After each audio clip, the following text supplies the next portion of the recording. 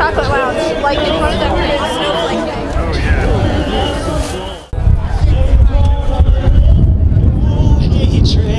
Turn us around, turn us around, turn us around. Ain't gonna let no hatred turn us around. We're gonna keep on walking. Y'all can join in now. Keep on talking, walking up to freedom land.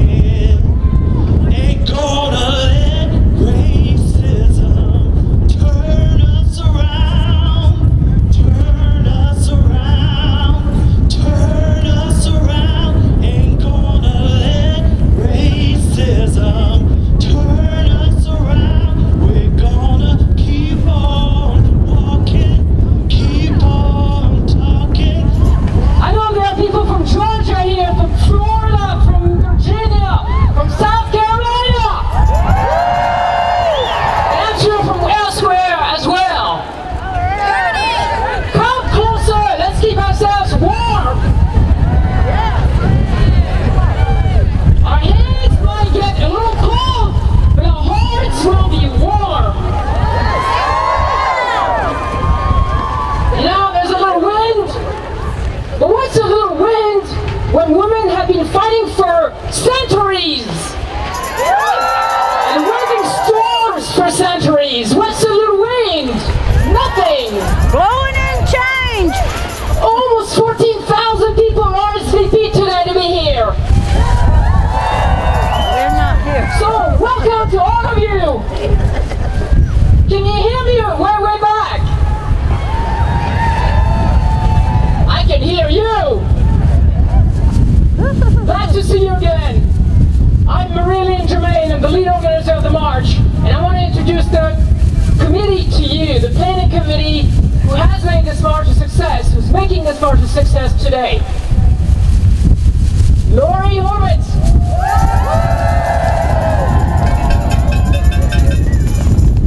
Glenna McDowell. Yeah. Tammy Gregg, Shanti McKinney. Our youth committee, Grace Arrojo. Sarah Taylor Arnold. Otto Meggs. Ariel Jacobson. And Ruby Sanders. Ruby Sanders, our youngest planning committee member ever. Ruby is 12 years old. She represents our future and a bright one. Thank you. For those of you who were here in 17 and 18, welcome back. We marched in 17, we marched in 18, and we are marching again today, even in the cold. We're uniting people of all ages, regardless of their gender, of their race, of their sexual orientation, or religious beliefs. We're marching in support of our rights and for justice. Before we start marching, we need to talk about safety. We care about you. And then we'll have a special guest say a few words, and then we'll have our mayor, Esther Mannheimer, and our senator, Terry Van Dyne, kick off the march. To talk about safety, I'm going to call on Sawyer Taylor Arnold, who, as you know, was the 2017 Women's March organizer. Here she is.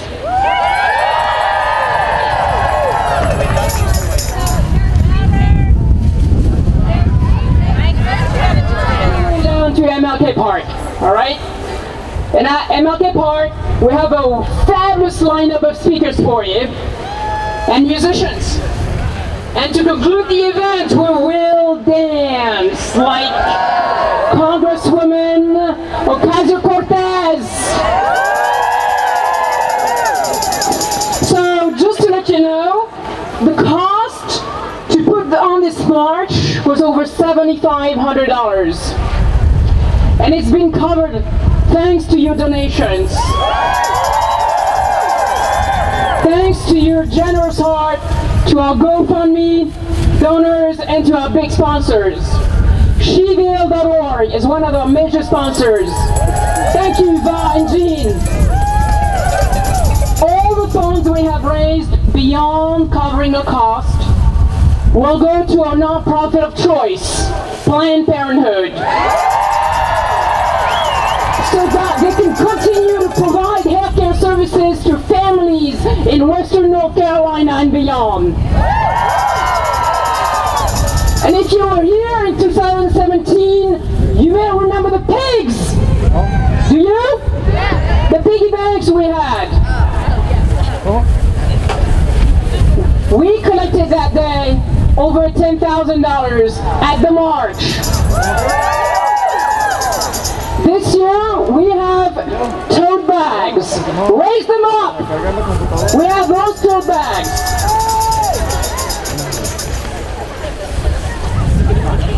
To strengthen your commitment to supporting Planned Parenthood, here are some quick facts. The Planned Parenthood Health Center in Western North Carolina serves over 3,000 patients annually. Over 60% of patients are uninsured. Planned Parenthood is a huge safety net provider for people who do not have insurance. And at Planned Parenthood, it doesn't matter how much money is in your bank account, what God you pray to, who you love, or how you identify, they have your back no matter what. You will see Planned Parenthood volunteers in red ponchos and hot pink bags collecting donations for PP, and any amount is appreciated. Everything raised from the march will be donated directly to the Asheville Health Center. All right, in 2017, as I said earlier, we raised $10,000. And I think we can do that again, don't you? The pink bag volunteers will follow us all the way to Almaquet Park. And you'll have many opportunities to fill them up. Please help me welcome Nikki Harris, the Director of Philanthropy of Planned Parenthood. Nikki. Good morning. Planned Parenthood is incredibly proud to once again join the Women's March on Asheville to further our commitment to equity and justice. Centering the voices of women whose lived experiences are at the root of the causes we fight for has never been more important. That is why we are proud to learn from and fight alongside sister movements like Black Lives Matter and Me Too. We are making progress, but there is still much more work to do. What a turbulent 2 years it's been. But thankfully, the 2017 presidential inauguration is eclipsed by what happened the very next day. Millions of people across the country, around the world, and right here in Western North Carolina showed solidarity and participated in the largest mobilizations this country has ever seen. We joined forces in that first Women's March because we knew then what remains true today. We all have a stake in protecting and expanding sexual and reproductive rights, LGBTQ rights, voting rights, racial equity, immigrant rights, disability rights, and beyond. Marching alone wasn't going to build the future we deserve for ourselves and our families. So we marched, and then we got to work. You got to work. We educated, we organized, we ran for office, and we won. Because when women win, we all win. These historic victories show that what we are doing today is much more than just a march, it's a movement. It's a symbol of our resistance and the catalyst for more women taking on political advocacy than ever before. A moment bearing witness to our collective power for change and thinking, if not us, who? Frankly, it's a travesty that in 2019, we are still fighting for access to birth control and safe and legal abortion. That we are still fighting for women to access affordable, basic health care from a provider that she knows and trusts. Let us be clear, birth control is basic health care for women. We all know and love someone who counts on or who has counted on Planned Parenthood for their health care.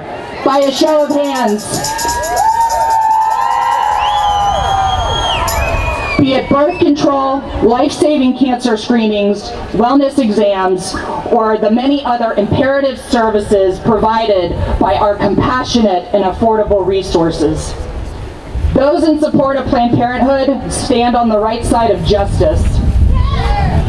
It is our privilege to live out our motto, to care more, to judge less. Our services impact the quality of life for millions of people by providing something that should absolutely be a basic human right, basic health care.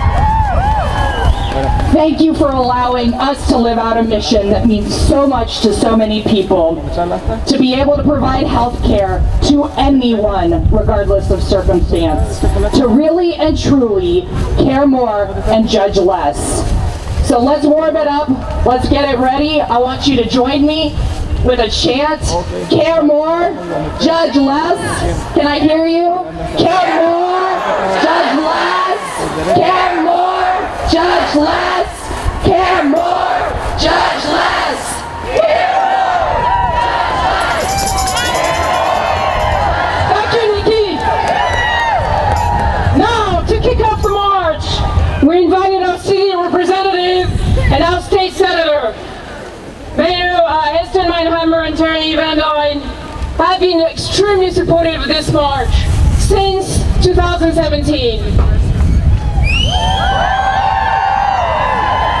After their talk is over, we will take the banner down, and they will lead the march with the banner, and you guys will follow us to MLK Park. I have one message for you today, and that is that you are awesome. You are sending a clear message that we will not give up, that we will not be divided, that we are going to stand together until there are no second-class citizens in this country, until women have the health care they need. Thank you for being here. It is such an honor, and it is my honor to introduce Esther Mannheimer.